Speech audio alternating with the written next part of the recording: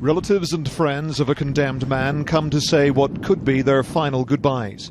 Here's the deal.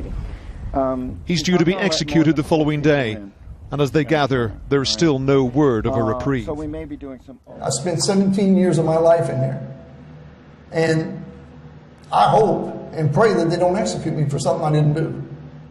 Shortly afterwards, Richard Glossip got his stay of execution. It may buy him a few more months, but his life is unlikely to be spared, even though he didn't kill anyone. He was accused of paying an accomplice to murder the owner of a motel where they worked.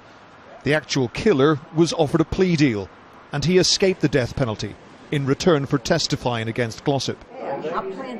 Enter Sister Helen Prejean, whose work with death row prisoners became a movie. You ever get lonely? Yeah, sure. Susan Sarandon won an Oscar for her portrayal of the nun in Dead Man Walking. I've accompanied 6 human beings to execution.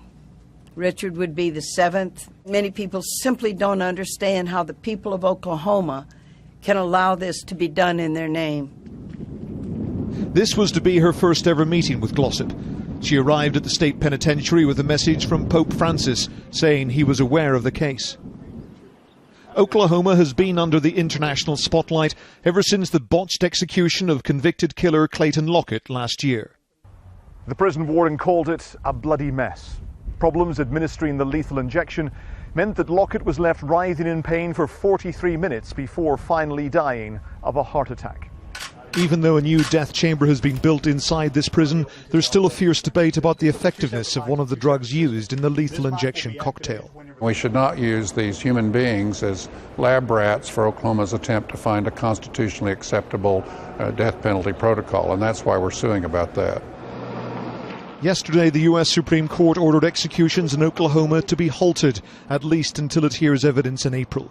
But the death penalty retains public support in the state, and some lawmakers aren't too fussed at how it's done. And if it got to a point where we didn't have the technological advancements to have lethal injections, then I would support hanging or beheading or whatever it would take to make sure that that person, in the end, meets his justice. During one of his daily phone calls to a friend, Richard Glossip told me that his favourite TV show is the British comedy Last of the Summer Wine. You're able to laugh even at this dark time? In all honesty, I try never to have a bad day.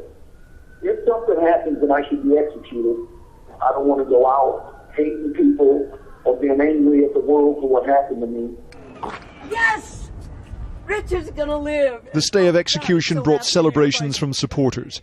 Richard Glossip may live to see the summer, but Oklahoma remains committed to executing him as soon as the law allows. Ian Woods, Sky News, Oklahoma.